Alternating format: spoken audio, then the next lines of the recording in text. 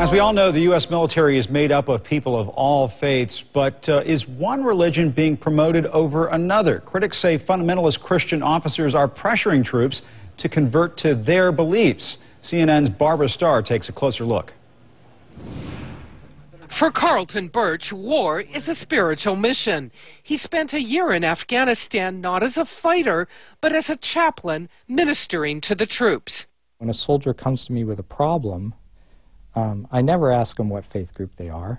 Chaplain Birch is a member of the Baptist General Conference. He says he'd never try to force his beliefs on soldiers who come to him seeking support.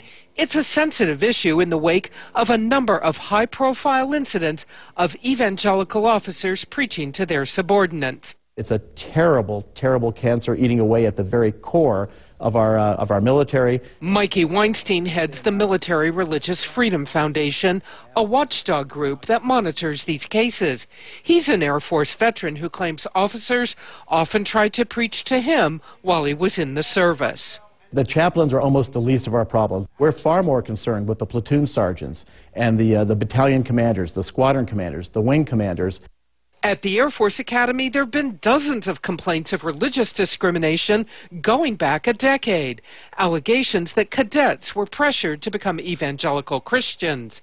In 2004, Lieutenant General William Boykin, a top operative in commando warfare, was criticized for speaking in uniform at religious events, talking about his God being the real God.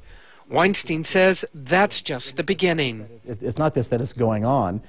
It is being, and it's not that the Pentagon is turning a blind eye. It is being tremendously, enthusiastically pushed down upon our junior members of the subordinate members of the military. It is as ubiquitous as gravity. I read from the 23rd Psalm. We're all very familiar with it. Chaplain Birch has heard the stories too. He says chaplains are careful to walk the line. They need to be about all soldiers, and if they're not, then there's no long-term room for them in the military. Now more than ever, religious diversity is the name of the game. No better example than here at the Pentagon Chapel. Jews, Muslims, and Christians all worship here. But it's a delicate balance. For example, a Christian chaplain would not say Jewish or Muslim prayers. I'm not qualified to do that. And I don't think those of other faiths want me to do their services. Charles Haynes directs the Religious Freedom Education Project at the museum. He says it's a tricky balance. It's tough. Anytime you have government religion, entanglement with religion, it's going to be complicated to get it right. It's always going to sound as though it may be veering toward promoting one religion over another. Chaplain Birch says it's a challenge he willingly accepts.